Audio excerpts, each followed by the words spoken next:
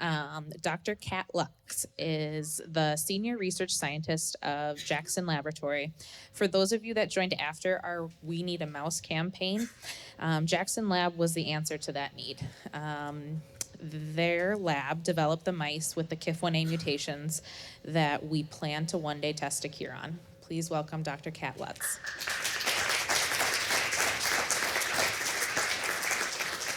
Thanks so much. The slides should be Okay, on if they're the... there, wonderful. Yeah.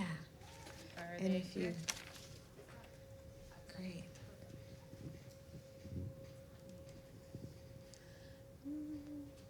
I have a microphone in my hand. Shall I sing? Nobody wants that to happen, believe me. Do you have a way to advance the slides? Who walked, someone, Aditi Dominique, Oh, did is that somebody it? walk away with the? I right got it. there. I found it. We're good. So thanks everybody for having me here. Wanted to tell you a little bit about the mouse models that we're working on and maybe give people a little bit of a background about why we need mice, what we're doing with the mice, and all the reasons it can help us as we work our way from trying to understand this disease to actually putting a therapeutic in place. So I talked a lot to you today, a lot of you. Everybody's from so many different places. This is where I live. This is the Jackson Lab in Bar Harbor, Maine. Notice it is not downtown Manhattan. It's a very small town, and it's a very large research institution, actually, sort of stuck in the middle of Acadia National Park. And if you all want to know the reasons for that, I can tell you it's a long story. But it's a wonderful place and a great place to do research. And just to give you a little bit of background on it, we're both a research institution, a nonprofit research institution, but we're also a provider of mouse resources to the scientific community. So while we have a lot of investigators and basic research scientists like across major universities here in the United States and abroad, we also pride ourselves in being a renowned provider of mouse resources. We have one of the largest collections of mouse models in the world, and we distribute them all over the world, primarily so that we can help folks like you get those mouse models into the researchers all over the world who can help do great things with those. So, you know, a few years ago, as we started looking at the changing landscape of rare diseases, we started having more and more opportunities to work with individual foundations and folks like you. And a lot of the stories were very similar. Lots of, I'm not really sure what's wrong with my child, a lot of misdiagnoses. But as we know, exome sequencing is becoming more and more practiced. And people are coming up with the diagnosis faster for their kids. And so, you know, we realize that the families are the ones who are the main drivers in this. And believe me, we understand just how unstoppable you are. So we wanted to sort of join hands with you in this effort and ask how we at the Jackson Laboratory could help. And I think I already mentioned we distribute, we have over 11,000 different strains of mice at JAX that we provide to the scientific community. But more so, and especially of interest to this community, is that the genetic engineering that we can now do in these animal models is very profound. It's very quick, it's very efficient, more so than even 5 years ago when things were not so great. 10 years ago, we were still using embryonic stem cells, which were very slow and painful.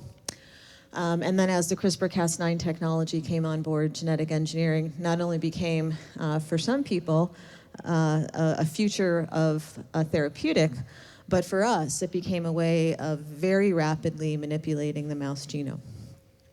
So we love to partner with foundations such as yourselves. We love to help you with your mouse resources.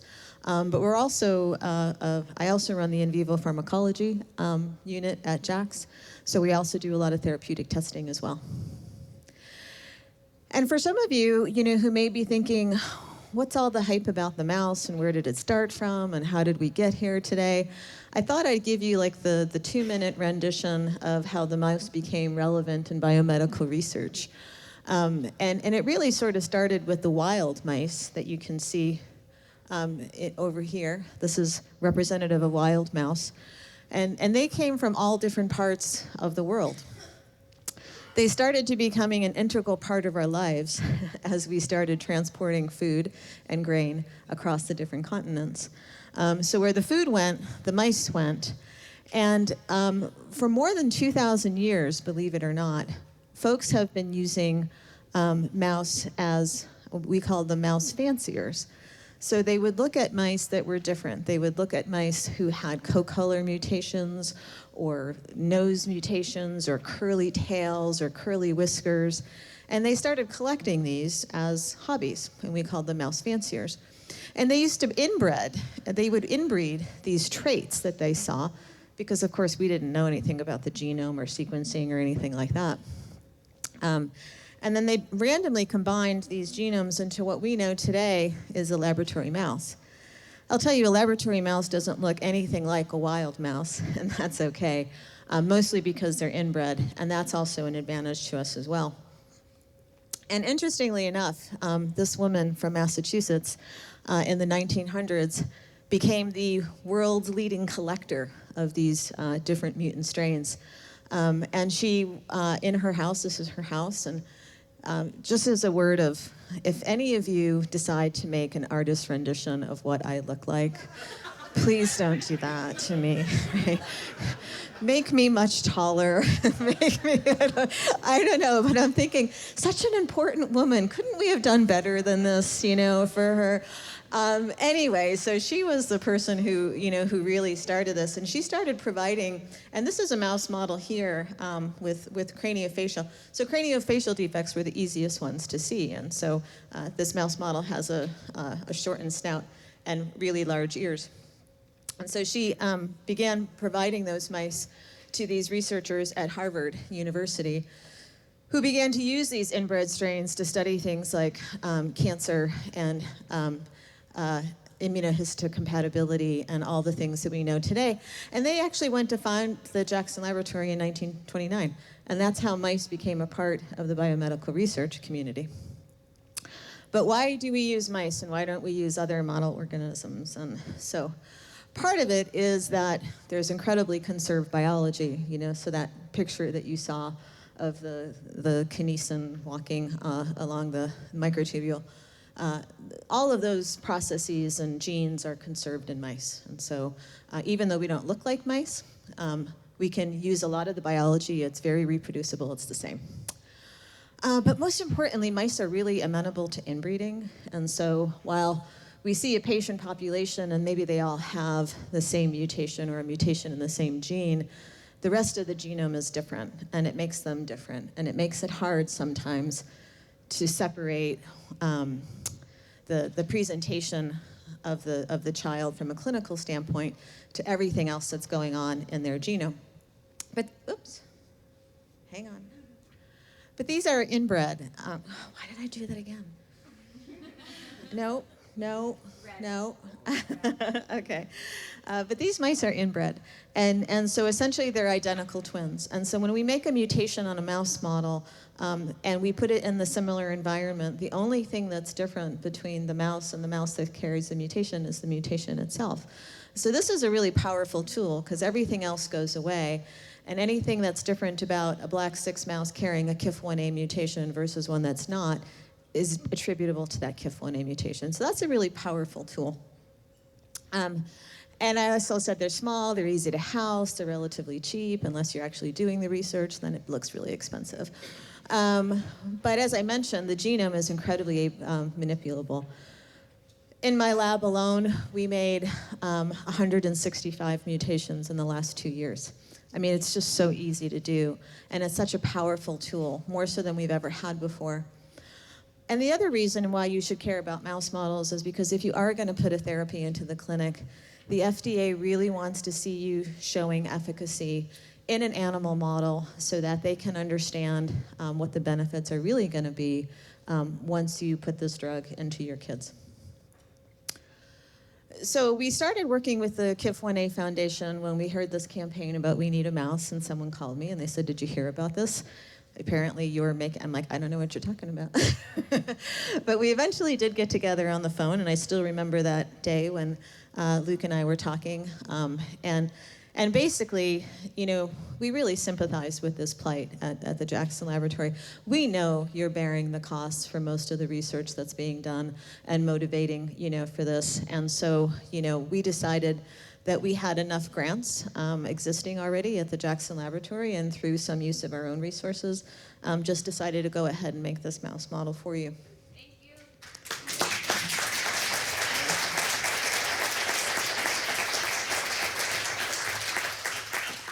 And I will say it's been really quite interesting, you know, to kind of look at this. You've seen this before. This is a cartoon rendition of the protein domains in the KIF1A, and those that are the familial dominant versus the autosomal recessive versus the de novo mutations that are mostly dominant, that appear in the kinesin motor domain that we were talking about.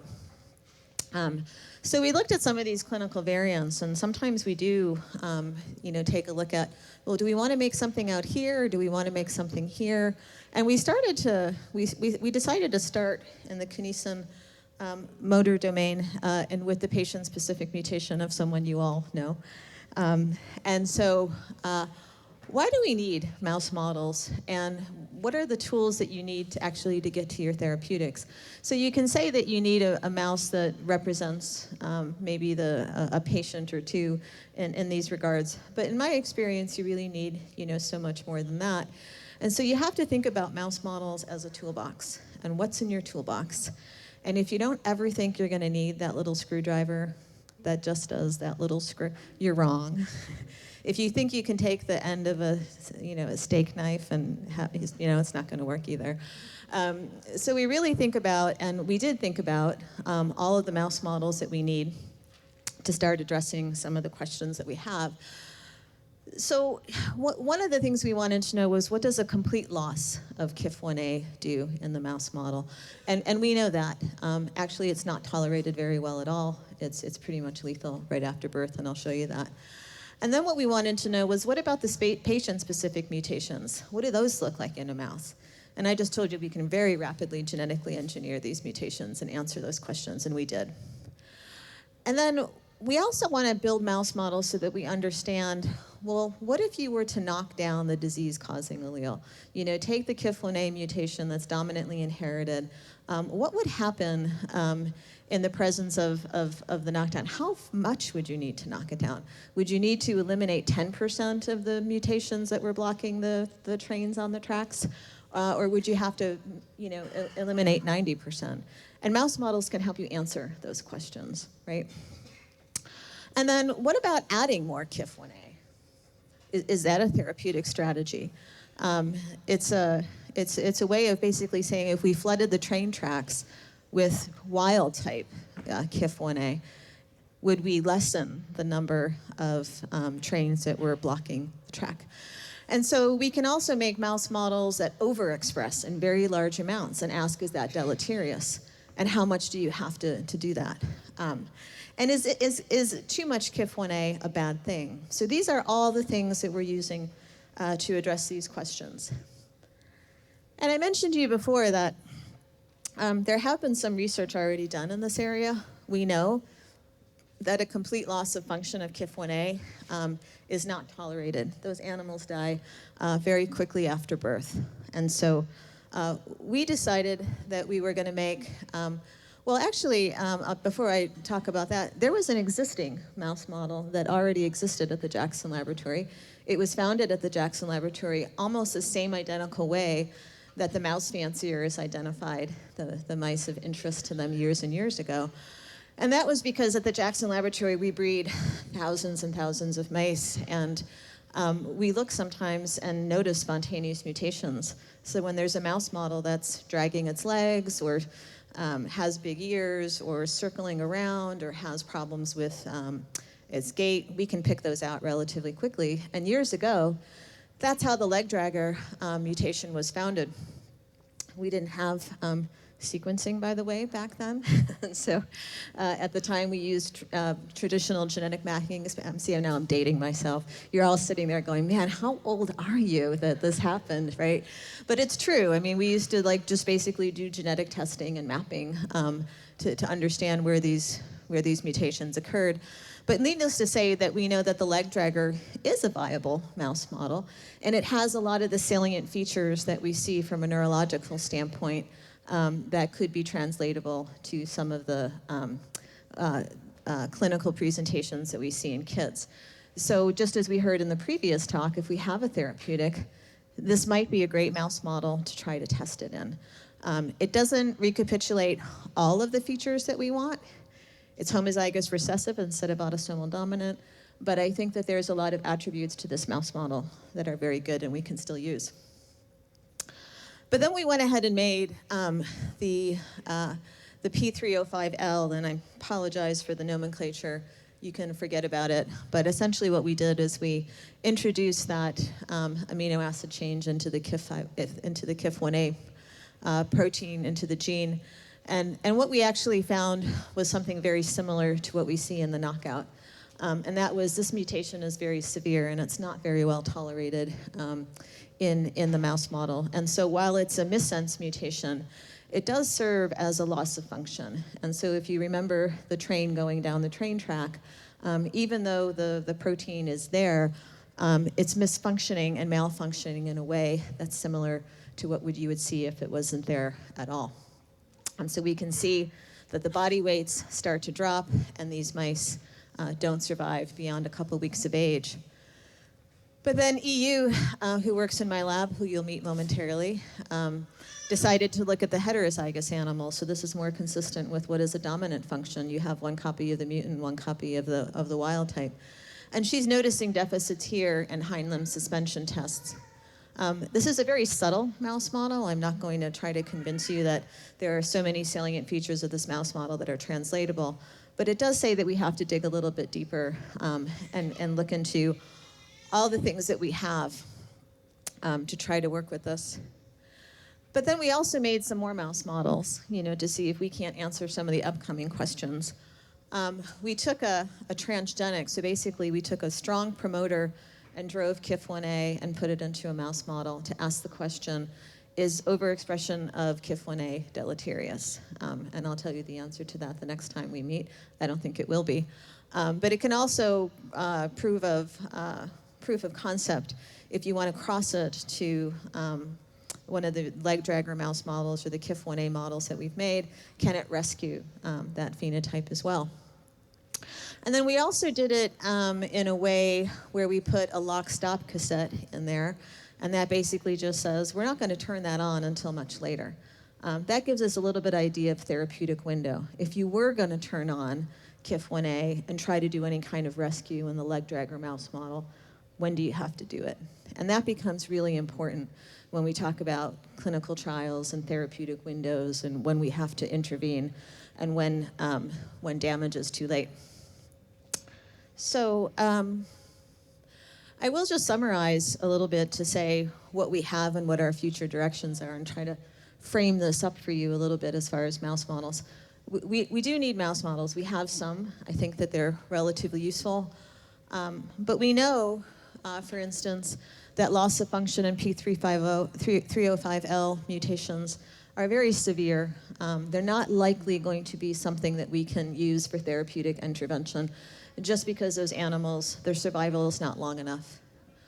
The current leg dragger model does provide a lot of utility for testing, like I mentioned before, and we just heard recently, that this is a pretty good mouse model with good physiological outcome measures that we can say, is this therapeutic beneficial or is it not? And there are multiple, and EU can tell you about them later, all the different ways that she's poked and prodded these mice to try to come up with those. We've also made all these transgenic lines, and I think those will be informative for answering questions. Like if we had a knockdown, if we had an siRNA that knocked down the P305L or any of the other autosomal dominance mutations, what level do you need, and can you add back wild type mice Or maybe you just have to knock down the mutant allele in itself, because we know that heterozygous mice survive just fine. So these are, and we're also working on a conditional model where we can disrupt the gene in a spatial and temporal way. And that basically just means if overall deletion or introduction of this mutation is so deleterious in animal models and it's not compatible with life, well, why don't we just do it later on when the animal's already born? And maybe we'll just do it in the cerebellum and nowhere else. And maybe we'll just do it, in cortical neurons or spinal motor neurons. So we can segment the organism and the systems in a way that help us address some of the questions that we're going to need answered. But overall, I would say, from a community, you guys are in good shape, with your mouse models.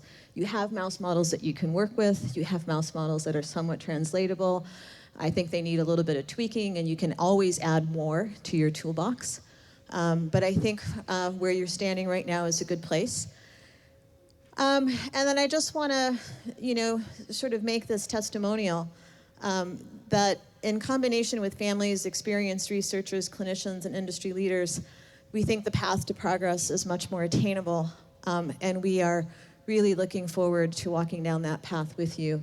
And so I wanted to take this opportunity to thank the people in my lab, as well as acknowledge Amir Zuberi, who has done all of the genetic engineering of these models in my lab, and then EU Chen, who, where are you, EU?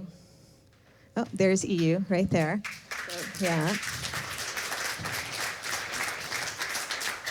So EU is the lead researcher in my lab who's working on this, and the next time anybody talks about mouse models, you're going to be hearing from her and not me, because she's going to know much more about them than I do at that point. And I just wanted to thank Wendy, Luke, and the rest of the KIF1A, KIF1A families. You're all A1 in my book, but the KIF1A family, sorry for that typo. So with that, I'll stop, and thank you very much.